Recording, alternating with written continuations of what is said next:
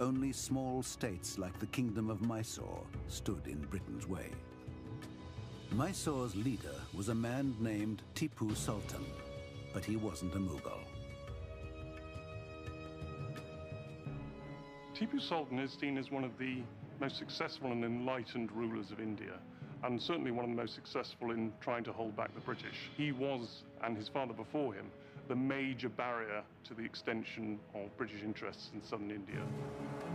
At the Battle of Polilur on the 10th of September 1780, a British brigade of close to 4,000 troops encountered Tipu Sultan's forces. Tipu unleashed his ultimate weapon, rockets. The British had faced Indian rockets before. Traditionally, the Indians made them out of bamboo. Bamboo was very much the material of choice, and it provided quite a strong, lightweight container into which the gunpowder could be packed. Lieutenant Colonel Simon West is building working models of Indian rockets at Cranfield University's Royal Military College of Science. Now, the bamboo casing was fine for display purposes or signalling, but because it hadn't got much inherent strength, it was difficult to get lots of pressure built up. But the rockets the British faced at Polilur were made out of metal, not bamboo. If we can find something that's stronger, it means that we can get the gunpowder burning quicker, producing more pressure, more speed, and speed equals range. So a metal casing gives a rocket longer range. A rare example of Tipu's metal rocket, believed to be from his own arsenal, is at the Royal Artillery Museum in South London. And this particular one is interesting from a number of viewpoints. It contains everything that you need in a rocket. It has an iron cylinder in which the rocket propellant is packed, closed at one end, and with a hole at the other end for the escaping gases to emerge and to propel the thing along its trajectory. Indian rockets typically had guidance sticks to stabilize them during flight, but the guidance sticks on Tipu's rockets served another, more sinister purpose. They were also sword blades. Now, these rockets were not particularly stable, especially when they started to come towards the end of their flight. And it's thought that something like this would have tumbled as it came to the end of its trajectory, causing considerable damage to anybody who had the misfortune of getting in its way.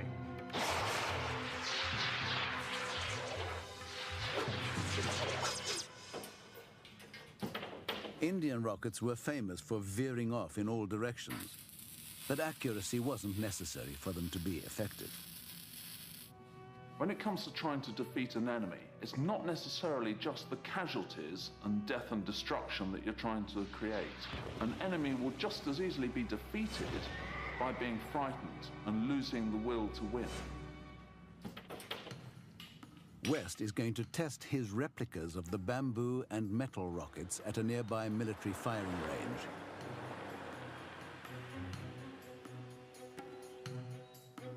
First, he's going to launch the bamboo rocket.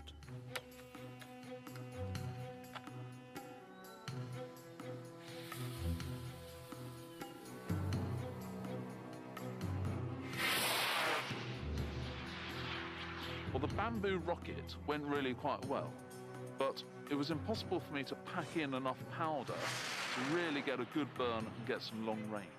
What we're going to be able to do with the steel tube is we can pack more explosive in, so it's a very much more effective rocket. Now he's going to fire one of Tipu's more powerful metal rockets, said to have a range of 1.5 miles. Because it's slightly riskier, I'm going to do this remotely.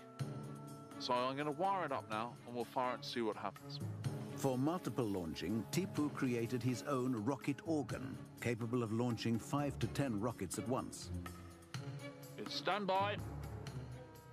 Firing now.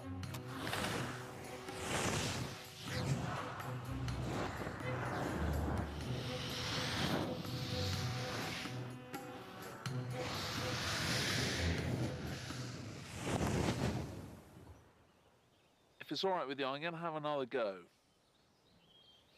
Take two.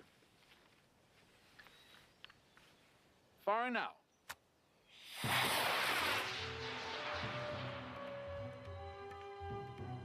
Well, that was far better. Very happy with that in terms of additional range and additional height. And you can picture now what it would be like to have those blades raining down on top of you. And it must have been very, very frightening for the British soldiers to see this new weapon system and then have to cope with these sword blades coming in and amongst them.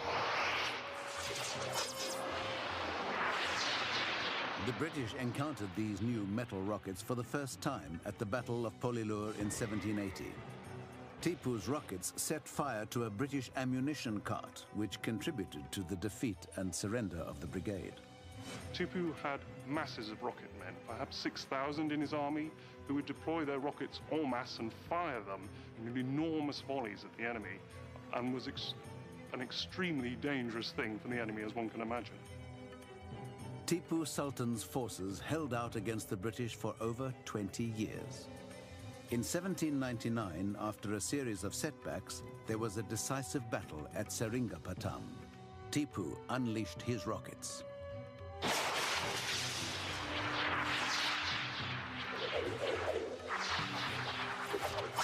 They would probably have fired their rockets en masse, together in volleys, in devastating arrays.